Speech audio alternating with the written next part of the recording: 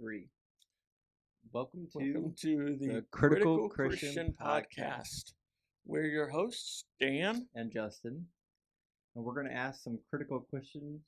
We're going to ask some critical questions about the Bible and give critical answers.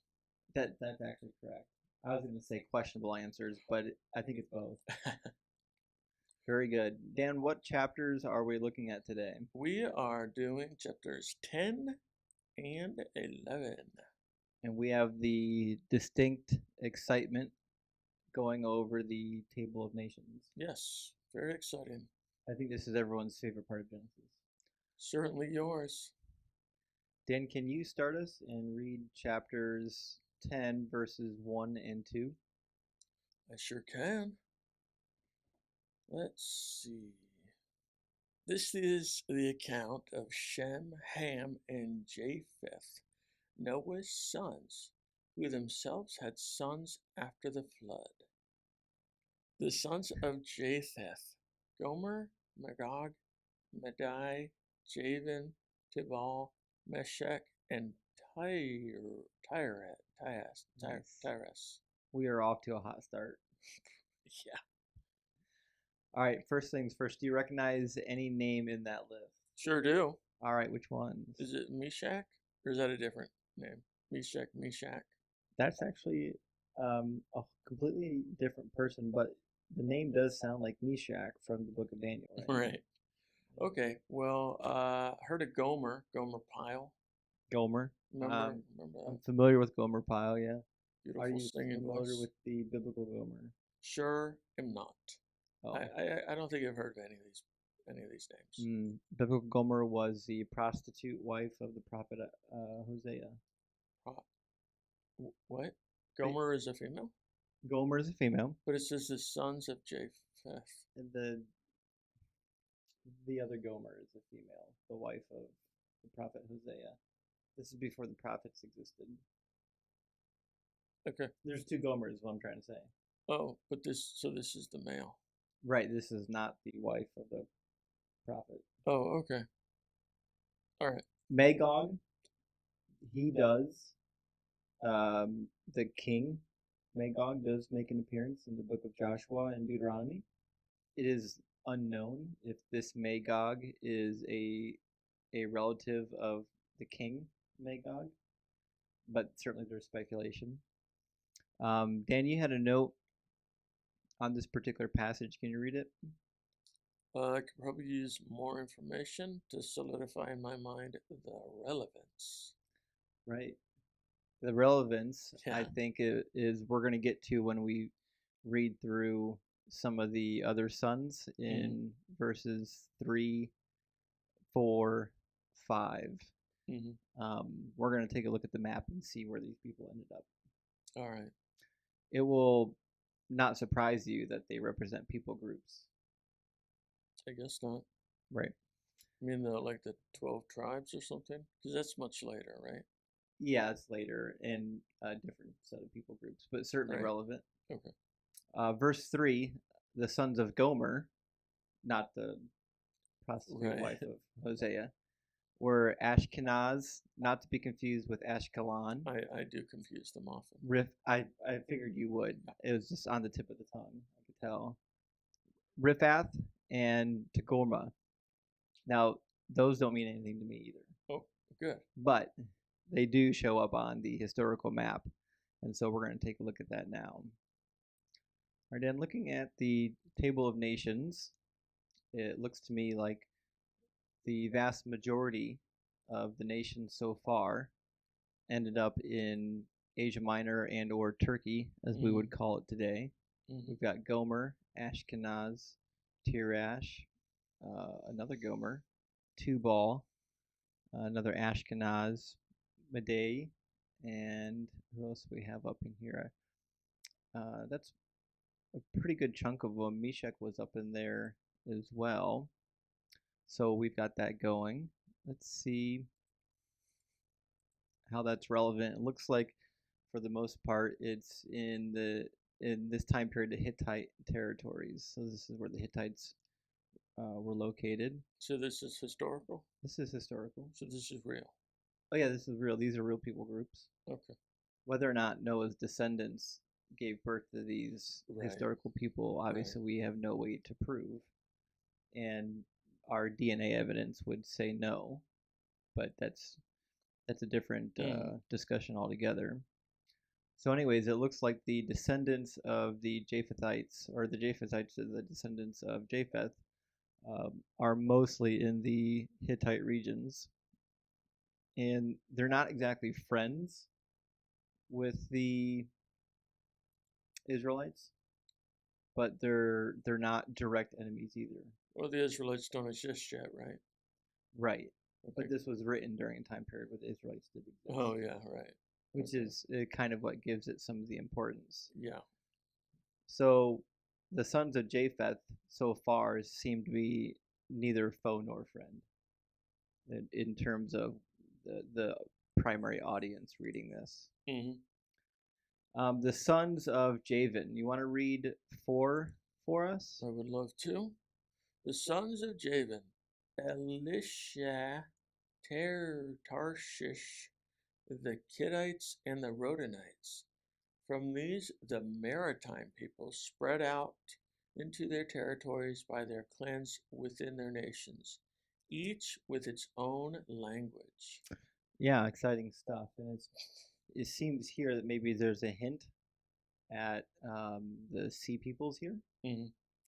What is interesting also here is that there's a mention already, each with its own language. Mm-hmm. Right.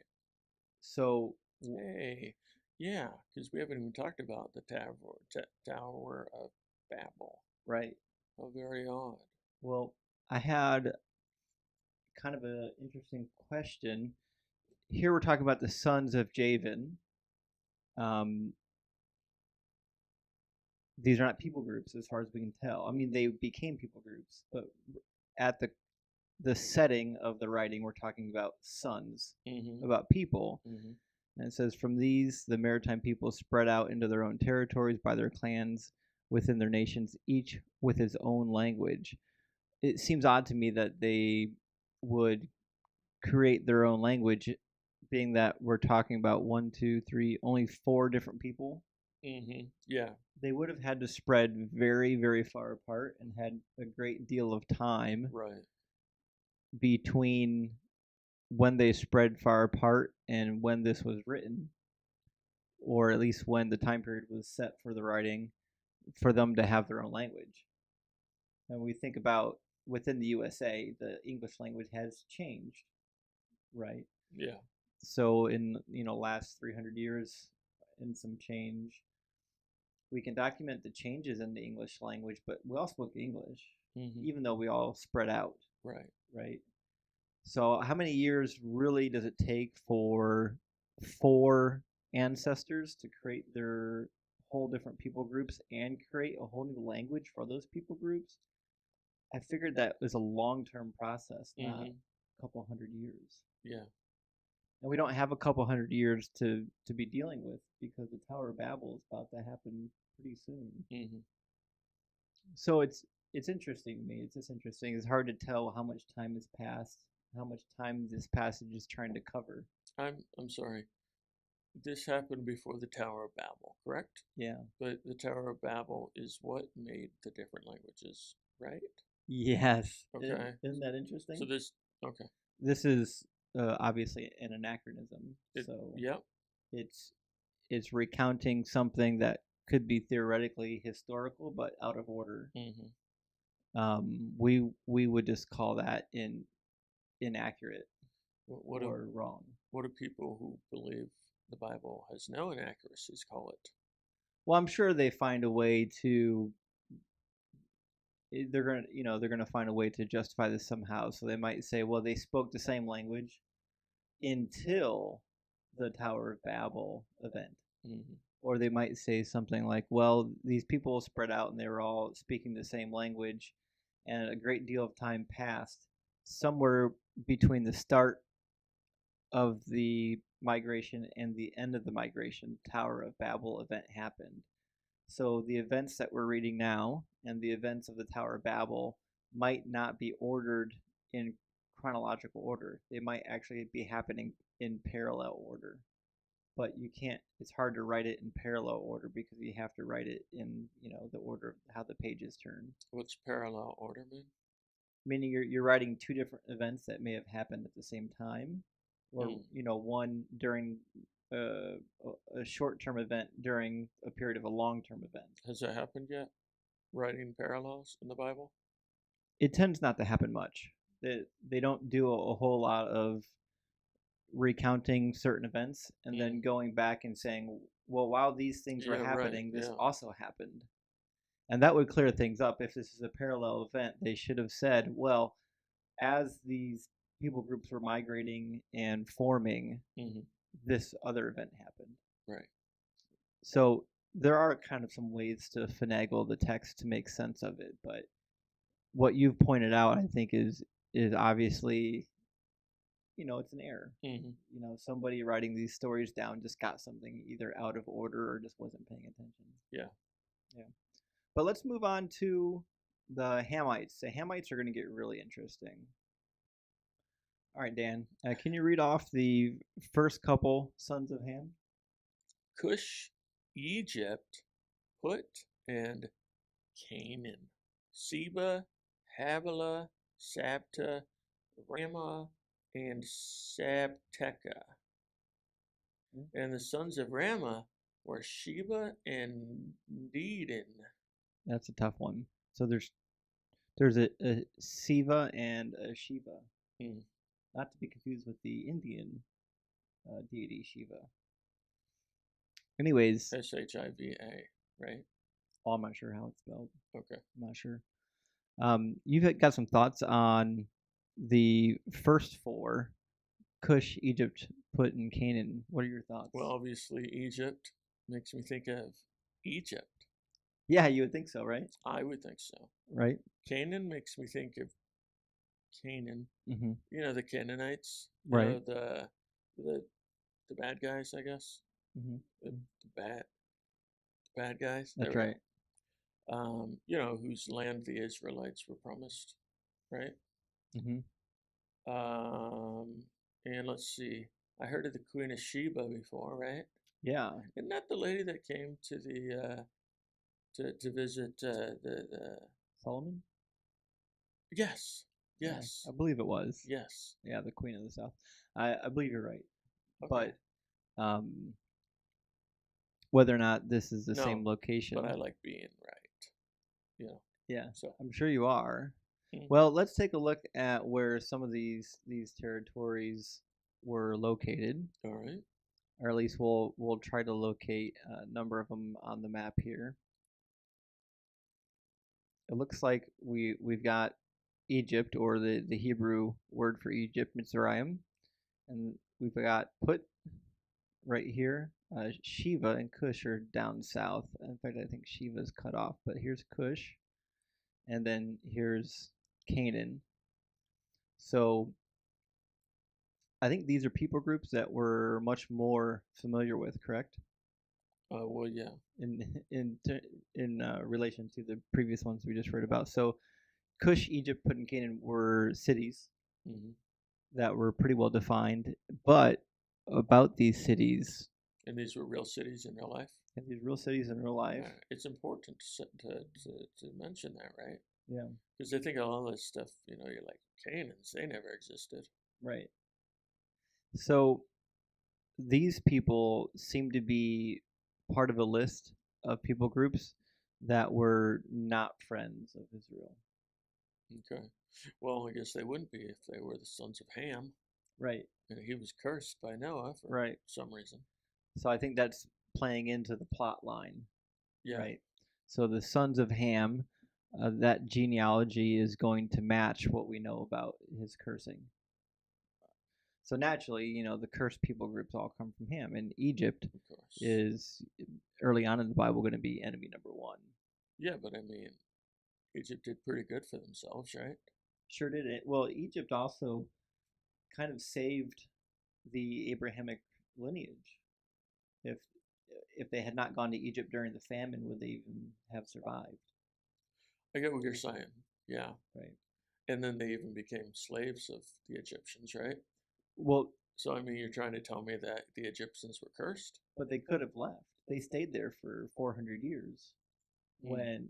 when they were told by God not to remain in the land of Canaan and to, be fruitful, multiply, and subdue it. Um, was that when they saw the big giants in there? No, that's a little bit later. I have That's no during idea. the conquest period after they left Egypt. But the point being, God didn't want them to leave the land He gave them and then to dwell 400 years in Egypt. Hmm. So they were comfortable. And what do you do when you're comfortable somewhere? You get complacent. Yeah, you chill. And so that's basically what happened. So, wait. So they were in Egypt for a little bit. Mm-hmm. Then God was like, "Hey, you should come to this promised land," and they're like, "We're good." Well, they were promised the land of Canaan before they went to Egypt. Okay. So why did they go to Egypt? There was a famine, and Okay. they needed to live and not die. Okay. Yeah. And guess who had food? The Egyptians. Yeah. That's great. And then God was like, "Okay, I'm glad you guys are, not hungry anymore. Let's get going." And the Israelites were like, "You know what? We're pretty good here." Well, I don't know if there was an attempt early on to kick them out. They probably, for a short while, just kind of integrated in Well, society. no, the attempt would be by God, Oh, right? yeah. Did God try to get them out? Be like, "Come on, guys. I know some bad stuff's gonna go down. You got to get out of here." If that happened, we're not told about it, Okay. but it probably did, right? Because they were Mhm. there a long time. They probably had warnings. Mhm. Um, I mean, why would they want to stay there when they're promised their own land? because they're comfortable. Yeah. And you know what?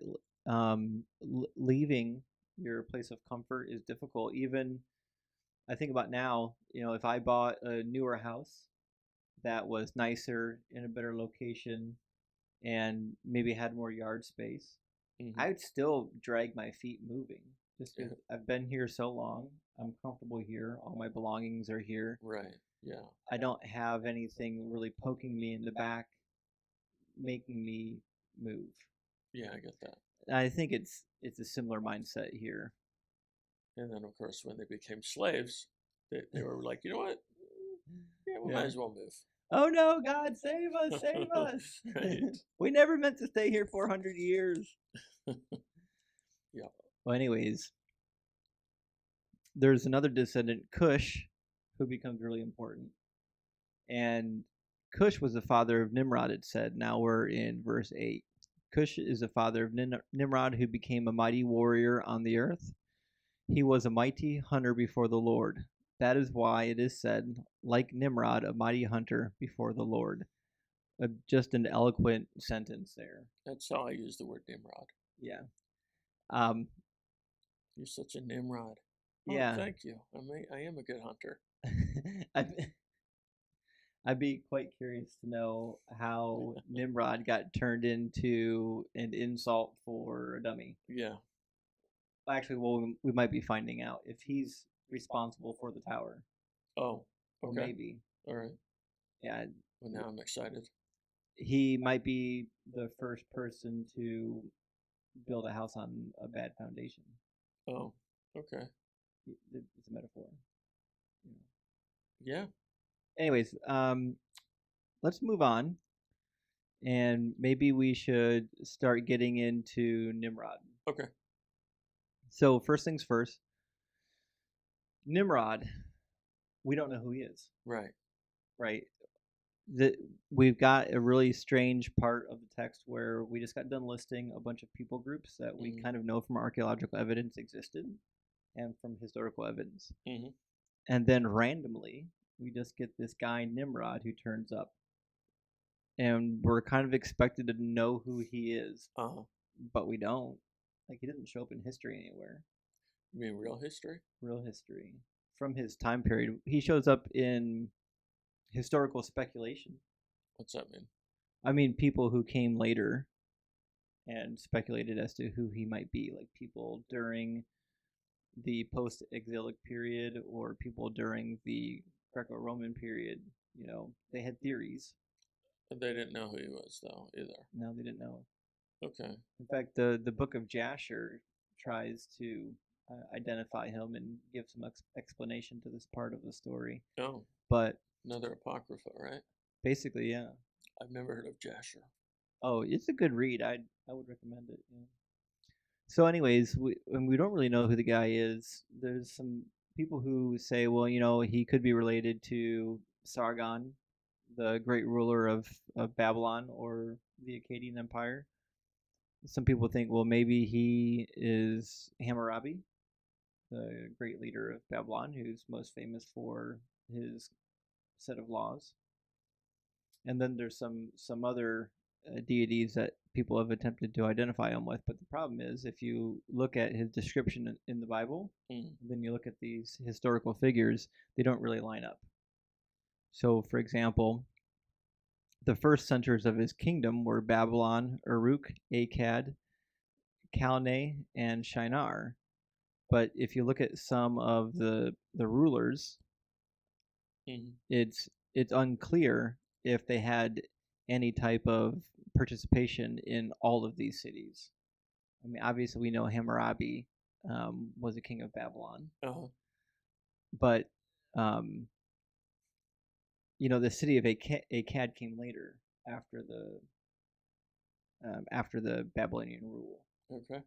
So it's just hard to pinpoint who this could be from history, and I've got almost every modern or recent commentary on Genesis, and nobody seems to have a solid opinion. So if the brightest minds and PhD holders don't know who he is, I don't think we're going to figure it out. Hey, I have a degree in English. I know.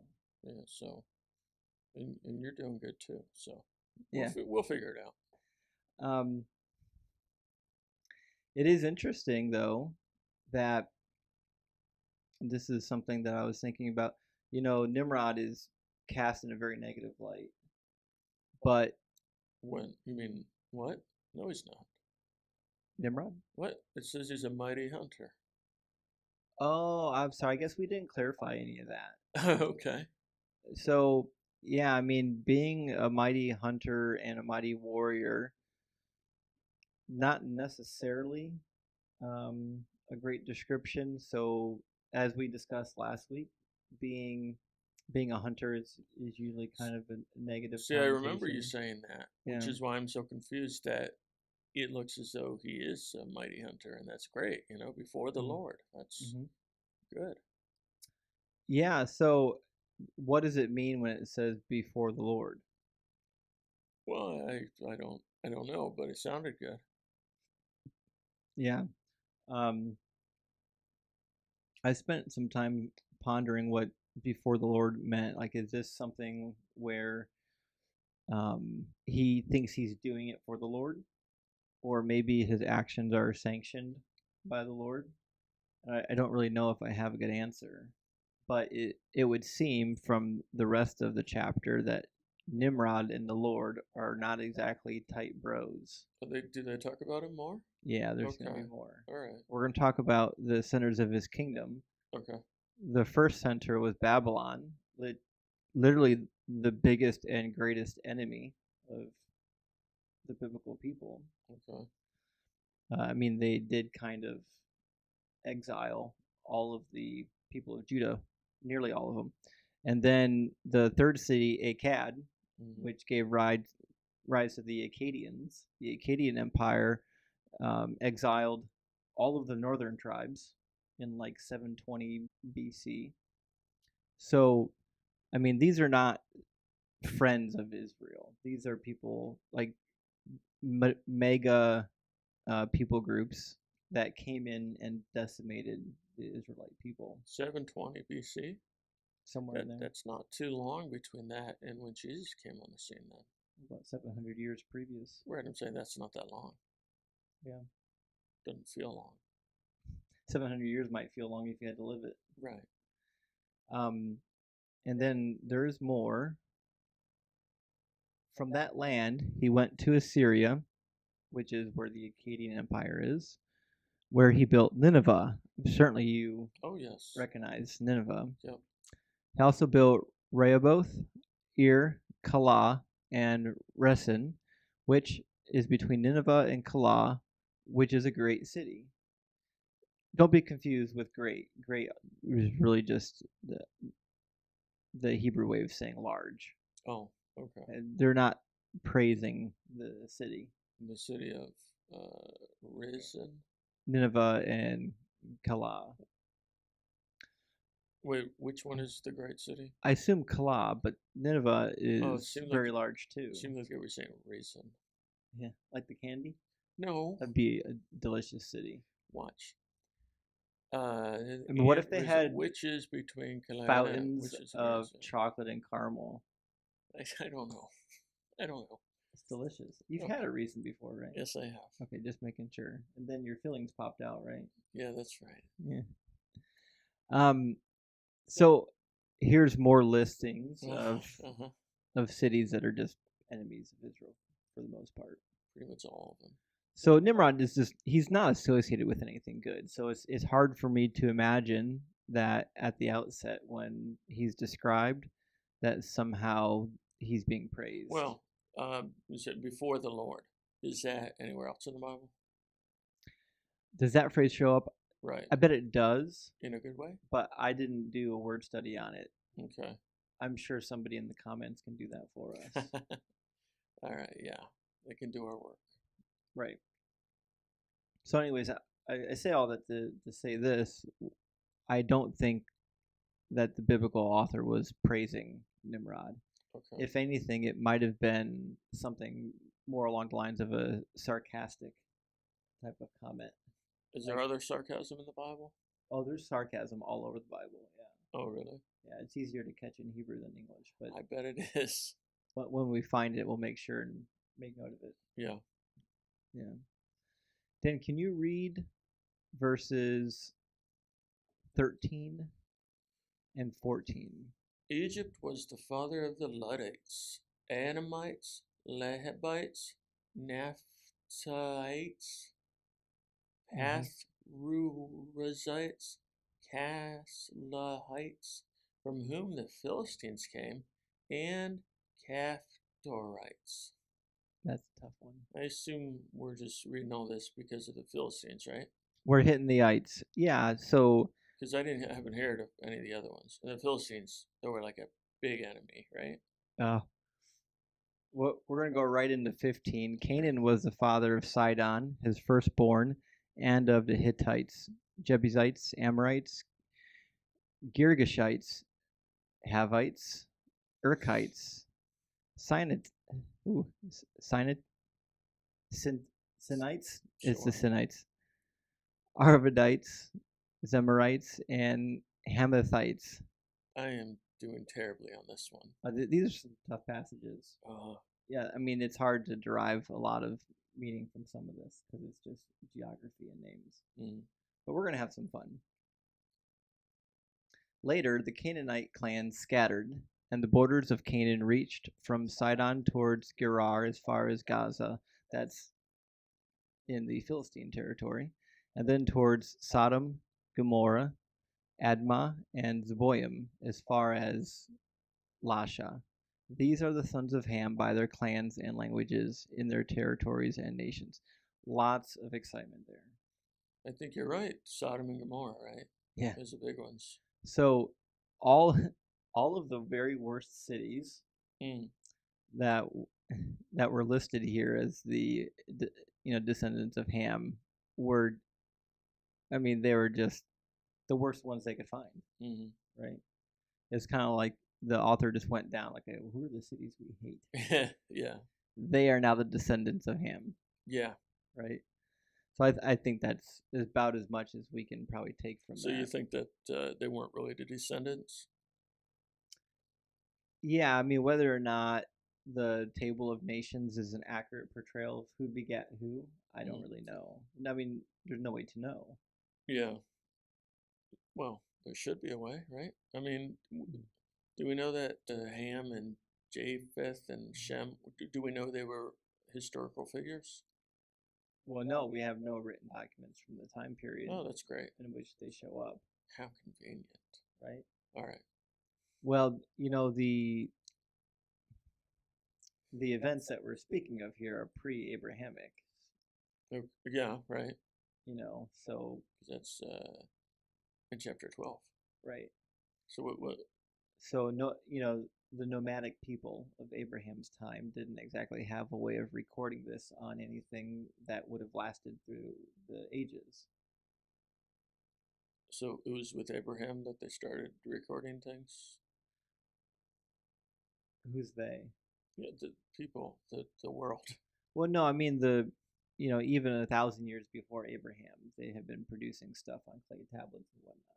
I'm just saying that these were products of major metropolitan areas in which they had like resources and scribes and ways of obtaining writing materials, whereas in the Abrahamic period in Canaan, these are people that are rustic, uneducated, nomadic people. You're not going to find like a scribe and a doctor among the lot. You know what I mean? You don't think so? Mm-mm. Yeah. I don't think it would take much work to take a stone tablet and write in it. But you're assuming they know how to write. Yes, that is my assumption. Yeah, obviously they did not. Okay. Literacy wasn't a normal thing for people until just 200 years ago, 100 years ago. So I certainly wouldn't imagine people of this time period were doing a whole lot of reading and writing. Yeah, I got you. Yeah.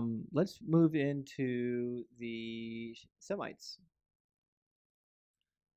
All right, Dan, let's move into the Semites. Can you read verses 21 all the way to the end of the chapter? I think I can. Sons were also born to Shem, whose older brother was Japheth. Shem was the ancestor of all the sons of Eber. The sons of Shem, Elam, Ashur, Arphaxad, Lud, and Aram. The sons of Aram, Uz, Hul, Gaither, and Meshech. Arphaxad was the father of Shelah, and Shelah the father of Eber. 2 sons were born to Eber. One was named Peleg because in his time the earth was divided. His brother was named Joktan. Joktan was the father of Almodad, Shelef, Hazarmaveth, Jerah, Hadarim, Uzal, Dikla.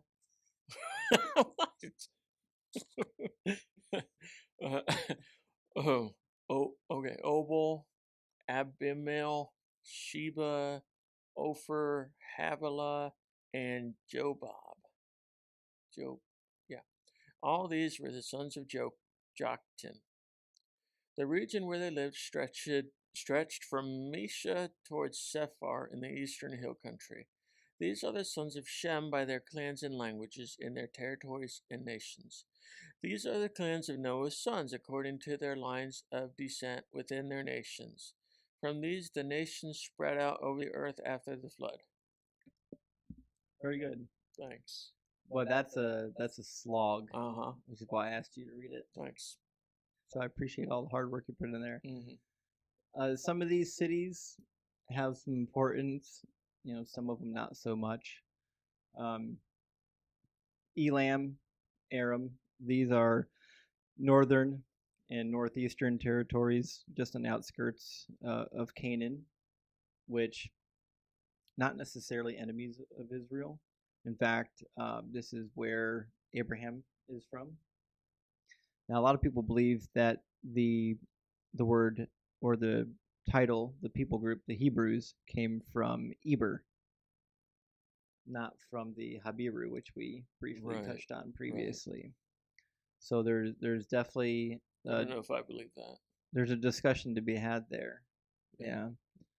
Some of the other names here, even as someone who spent many hours reading the Old Testament, I don't even recognize where some of these are located. Mm-hmm. But we do happen to have a map. We're gonna just revisit that map and see who turns up.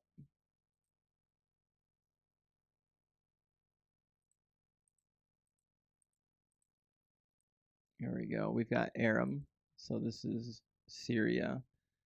Asher, Elam. Oh, here's Arphaxad. Yeah, are sad. That's it. That's the way that. This is one of those names where I'm convinced if we read it in the original language, it would make more sense. There's no way they translated that correctly into English. Anyways, here are some of the others that we have listed. So it looks like a lot of these people are the Arabian people groups. So that's quite interesting. But they really kind of got an interesting makeup here because they moved in to the Arabian Peninsula, but it's almost like they got infiltrated here by some of the Hamites. Yep. How'd they get there? Why are there a bunch of Hamites down there? Probably took a boat. Right? Did they?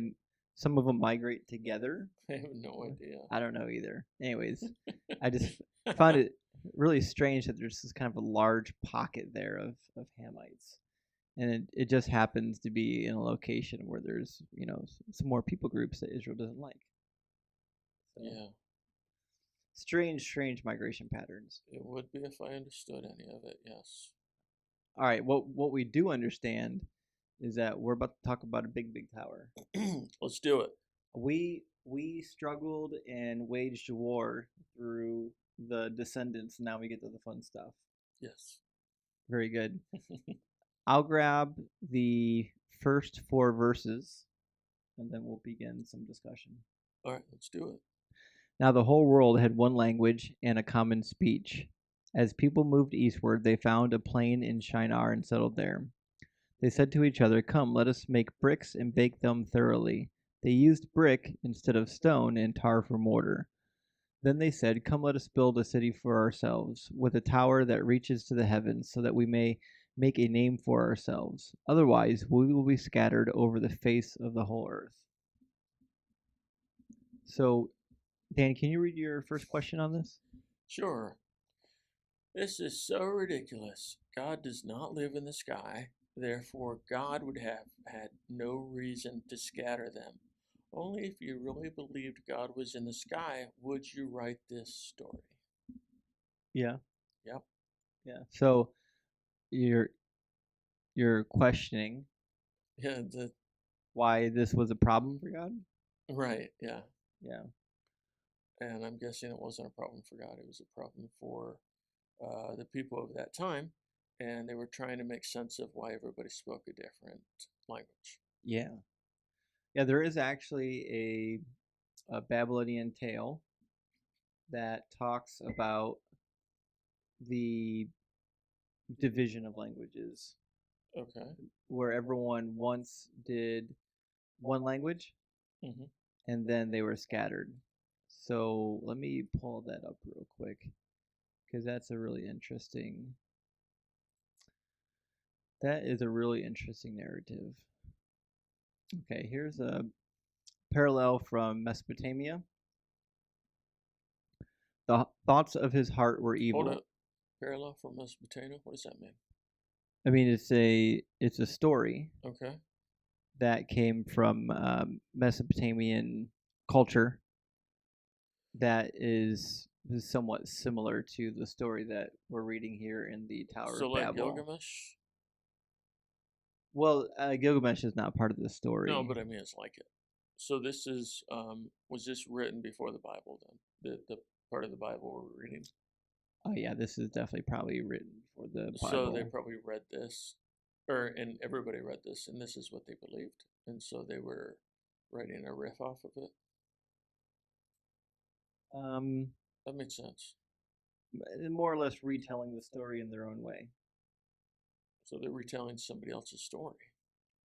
Yeah, kind of. Okay, so that makes it seem like it really wasn't their story. Well, I mean, they could be correcting the record. Okay, go ahead. Sorry. So we're just going to read. Yeah, sorry. We're going to read 2 paragraphs here. The thoughts of his heart were evil. The father of all the gods he turned from. The thoughts of his heart were evil. Babylon, corruptly to sin, went and small and great mingled on the mound. Babylon, corruptly to sin, went small and great mingled on the mound. Their work all day they founded, to their stronghold in the night, entirely an end he made. In his anger also the secret counsel he poured out, to scatter abroad his face he set. He gave command to make strange their speech, their progress he impeded. So here it's poetic language, and it'd be easier to read if someone smoothed it out in English.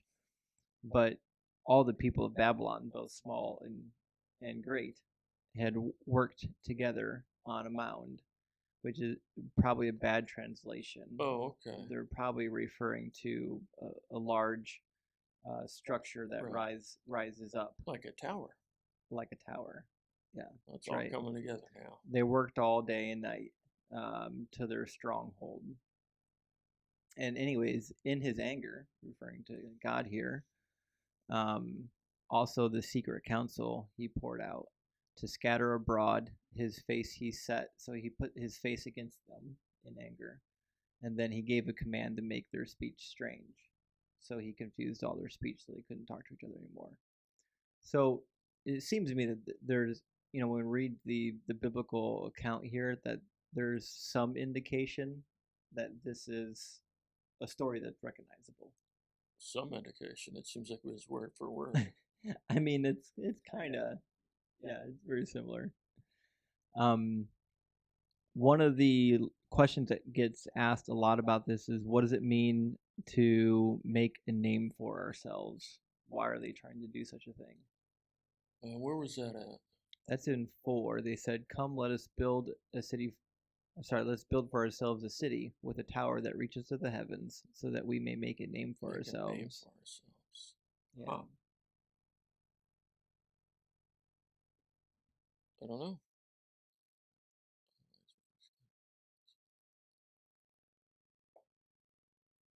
I don't know. What does that mean? It's a good question. There's a lot of people who have endeavored to create some sort of coherent answer. And I mean, just so they'll be remembered throughout history? Yeah, well, it's a common theme too. Remember when Gilgamesh went to the cedar forest of the gods to cut down the tree of the gods? Mm-hmm. He did so in order to make a name for himself. Okay. And this was after Gilgamesh started to question his own mortality and the fact that one day he will die and fade away, but you can still leave a legacy behind you. Oh, okay. If you make a name for yourself, if you have a legacy, you never technically. There you go. Yeah, that makes sense. So there seems to be some level of wanting to do something so that the people groups, even if they become wiped out, maybe by a flood, or they become erased, that they won't altogether be gone. There'd be something left of them. So even back then they were afraid of dying. It would seem that way. Maybe afraid that another great flood was going to come, or they might be smitten by God. The most interesting thing here about the passage is not what the people want to do, but why God cares at all. Right. Why does God care if they build a tower? Right. I know. I mean, it's hubris, right? Maybe. But so what? Right. Right. Well, the Christian opinion is typically that God is upset that the people are trying to take God's glory for themselves. That certainly because could be possible. The assumption is God lives in the sky and that they can reach the sky, and then they'll become gods themselves or something. Yeah, well, that's not what the Christian tradition fundamentally teaches, or what modern Christians tend to think, but that's what I think. Okay. Yeah, I think like that Mount Olympus, right? Yes, I think that this is the gods looking down and saying, "Uh-oh, they're coming for us." Yeah. You know what I mean? Mm-hmm. And that'll become more obvious here in a second. Can you read verses 5 and 6, Dan? But the Lord came down to see the city and the tower the people were building. The Lord said, if as one people speaking the same language they have begun to do this, then nothing they plan to do will be impossible for them. Right. So he's scared. Yeah, the heavenly beings have some level of fear as to what the humans were doing, just like when in chapter 3 in Genesis, God said, man has become like one of us. Yeah, right. Now that he knows good and evil, he cannot reach out and eat from the tree of life. Mm-hmm. So there needed to be some sort of mitigating plan. Yeah, they were afraid that they would continue to eat from the tree of life, right? And then live forever. Yeah, so like, no, you're not doing that. Right. I think this is somewhat connected. We have more of that plural language as well. Yeah. In verse 7, it says, come, let us go down. So we see a couple things happening here. There's still a lot of ancient artifacts and ideas here in that there's more than one God, or that God has some level of counsel, and that they are capable of being fearful of their own creation, which is a very Babylonian type of thinking. And then the most interesting thing happens here, and it happens too when God goes down to see Sodom and Gomorrah. Why is God going down anywhere to see anything? I don't know. Is he not all powerful, all seeing, all knowing? I mean, apparently not in this one, right? Right. I mean, but that's what they used to believe, right? That their gods weren't all powerful, right? Yeah, I think the further back in time you go, the deities were more human-like. And then as people spend more time thinking about, okay, well, if there is a God, what would he be like? How would we describe him, and what were his attributes? He tends to become more powerful over time and more removed from the earth. They used to believe that the deities lived on mountaintops and inside of the forests, and basically any place you could not physically explore as a human, there were gods there, gods and demons and evil spirits. And then as humans gained the ability to explore those territories, well, it turns out God's not actually there. He's actually somewhere else. He's in the heavens. He's in the sky. Right. You can't see him, but he's in the sky. Baal rides on the clouds. But of course, now we have airplanes. And now that we've explored the atmosphere, we know there are no deities up there. So where's God now? Well, he's on this celestial plane that is unexplorable. We're not capable of seeing him unless you balance your chakras and open your third eye or something.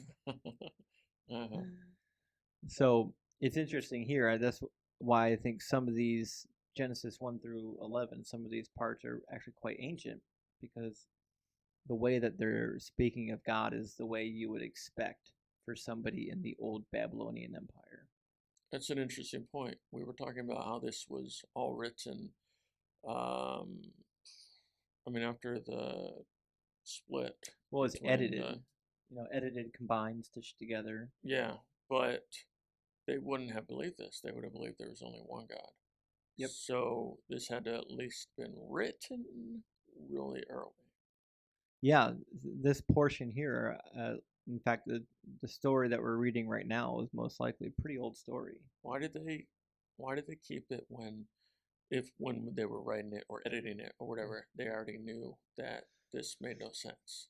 Well, by the time this was being edited into a compilation of texts, they would have already had a high view of sacred texts, and so they would have been reluctant to change them. Yeah, but it's not sacred if they know it's not true. Well, right? They thought it was true. No, they didn't. They thought it was true until they realized that God was only just one God, right? And then they should have read this and been like, "Wow, this is blasphemous." Well, no, they can justify it. They know about the heavenly hosts and the angels and things like that. That was not a foreign concept to the Jewish people. So when it says, "Come, let us go down," there's Mhm. lots of ways to justify that. You can say, well, God was talking to his heavenly hosts. I guess. You know what I mean? I mean, I get what you're saying, but I don't know. It really does come across as though these people believe in more than one God. It does. And so I don't know why you'd want to include that when you're trying to make a religion about one God, you know? Mhm. That's all. Mhm. But again, there's always excuses for inaccuracies, right? Right. There's always a way around it. I mean, you can justify any amount of accuracy if you do enough gymnastics. Right. So the Lord had to come down, Yeah. presumably from the sky, Well, that's where he lives. right, to inspect the tower that they were building. And one of the things that I had questioned myself for a long time is, what did they expect? What did the gods, or what did God and his people expect the human beings to do once they completed the tower? What specifically were they afraid of?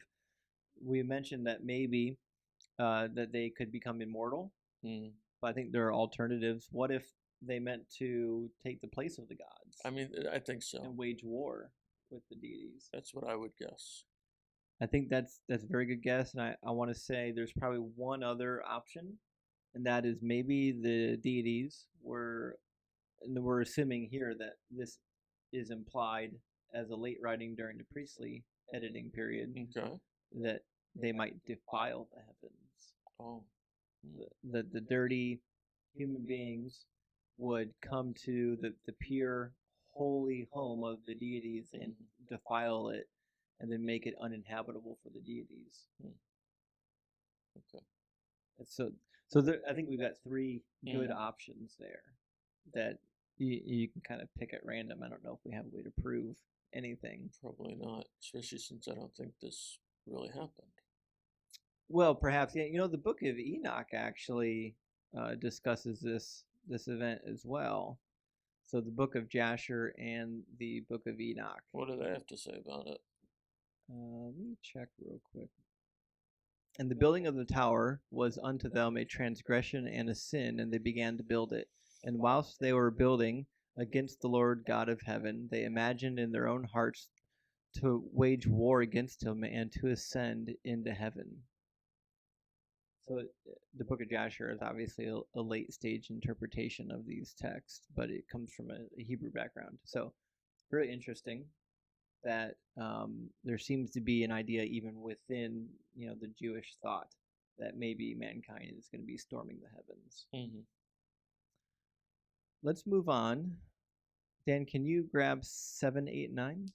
Come, let us go down and confuse their language, so they will not understand each other. So the Lord scattered them from there all over the earth, and they stopped building the city.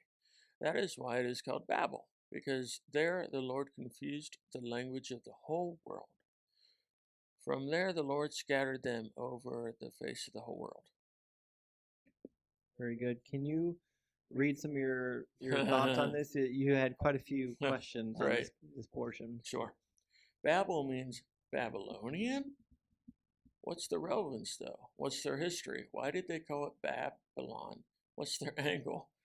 I'm really not sure why this story exists, except as a really convoluted explanation for why different languages exist.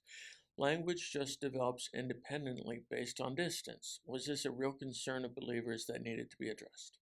That's a good question.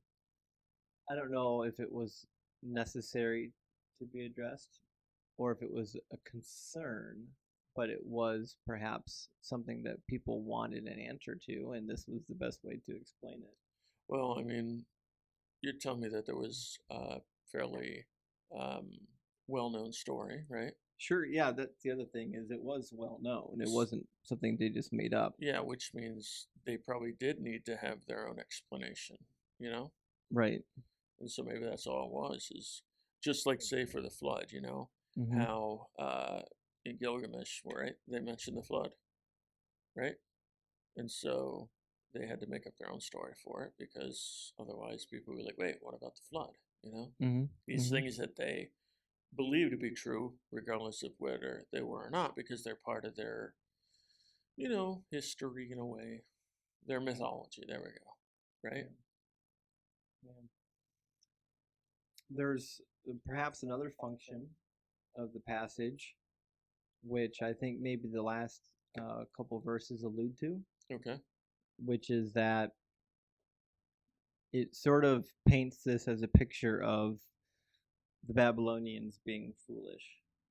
And they even make fun of the name of their city, Babel. Right. Yeah. Now, I don't know if there's a linguistic connection in the Semitic languages between, Babel, like mumbling or muttered speech. Yeah, so you're trying to say that the Babylonians, those were like enemy number one, right, to the Israelites? Yeah. So maybe this whole thing was written just as a jab at the Babylonians? Or... Yeah, it certainly could have been a big slap in the face to the Babylonians, right. Especially because they were known for building towers and ziggurats. And they were a really common feature of the landscape, just like you would see Egyptian pyramids. You would associate pyramids with Egypt. You associate with Babylon and with the Akkadian Empire of ziggurats. And this is also calls into question their whole religious system as well. The ziggurat was basically a temple in which God was expected to descend from the heavens, just like he would come down on a mountain, right? So this is essentially now a man-made mountain, and its sole purpose is for God to come down and visit mankind. In fact, in a lot of the ziggurats, there was a room that was dedicated to the deity that the ziggurat was built for, because they were built for specific geographical deities. And this room was prepped with a wash basin, with food, with a bed for rest. And there was this idea that the deity would come and would find rest and recovery and food in this place that they specifically designed, even though it's on Earth, but they specifically designed it to be habitable for the deity so that the deity and mankind can have some level of closeness. And then a later development, they would build large worship centers adjacent to the ziggurats, where the people of that city could actually come and pray to that deity, with the idea that deity is just next door, resting in the ziggurat, and is listening to the worship and the prayers of his people. So what did they do when nobody ate the food? Well, that's part of the system. Is if you're a leader or a priest and you're part of this whole system, right? It's all a big sleight of hand. Yep, just trying to retain power, right? You know that there's nothing going on here, or you bought into it somehow, and there's one guy pulling the strings. Maybe the giveaway here is, well, why isn't the food being eaten? Yeah. But maybe there's only one person that handles the food, and he schedules it in a way in which he's the only one who actually knows what's going on. So he's the only one who doesn't believe, right? Right, just like the story of Bel and the dragon. So there's a lot of ways, you can trick a people into believing something, especially if we're talking about uneducated people. Right. And it wasn't at this time period a weird belief that the deity would descend from the skies to a tall object, and come down, just as we see God doing in the scriptures. So, as he said, I think some of this is just a big slap in the face to the Babylonian people. These great centers of worship that you're so proud of are actually just a foolish edifice that God laughs at. So the last couple verses, I would say, is a later addition to the story. Oh, okay. They took that old core story, and then they reworked it to give their own message. Okay, that makes sense. That makes sense. So we've probably covered more than we ever wanted to, from the nations, the descendants of Noah, and maybe even the Tower of Babel. Is there anything left on the table we should visit before we conclude this week? Well, there's more in the chapter. Well, I mean, we could go on, but we've only got an hour. we can go all night if we want to keep reading. But we will be back next week. Yep. And I'm sure our audience will be waiting with bated breath. Yeah, and I don't want to spoil it or anything, but we are doing chapter 12 next week, which is kind of a bit of a milestone. It is. Because it's the beginning of stuff that might actually be true.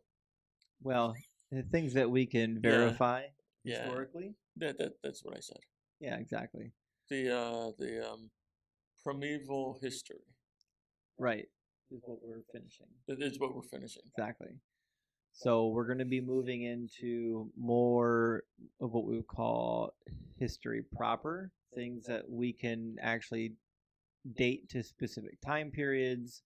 We have geographical references that show up in the archaeological record, and we've got some sort of quote unquote paper trail to lead us back. So this is more exciting, right? It's going to be exciting. So far, it's been like, oh, should I be a Christian? I don't know. I'm just saying. Well, the nature of mythology is not whether it's true or not. It's speculating on things that you think you have an explanation for, even though you can't necessarily prove it. We have our own mythologies. I'm sure even just in America, think about things like the Night Ride of Paul Revere. Mm-hmm. Well, yeah, we know that didn't happen the way the story was told, and George Washington didn't cut down a tree, and he didn't have wooden teeth. And I mean, there's so many. Or who cut down the tree in American folklore, the cherry tree? That was George Washington, wasn't it? I don't know. I'm not an American history major, but nevertheless, we have our own kind of legends. We've developed. Now that you say that, I actually do kind of go, oh yeah, Yeah, because that's true. Yeah. So, anyways, but we're going to be moving from myth, and we exist. We do, even though those stories don't seem to be too real. Right. So that yeah, good point. Yeah. So we're going to move into more of history proper next week. As always, if we left something on the table, the things that need to be discussed still, or maybe we just got something wrong, let us know. We'll make corrections and additions, and if you have questions for the chapters coming up, definitely let us know. Anything else, Dan? That should do it. Like and subscribe. Like and subscribe.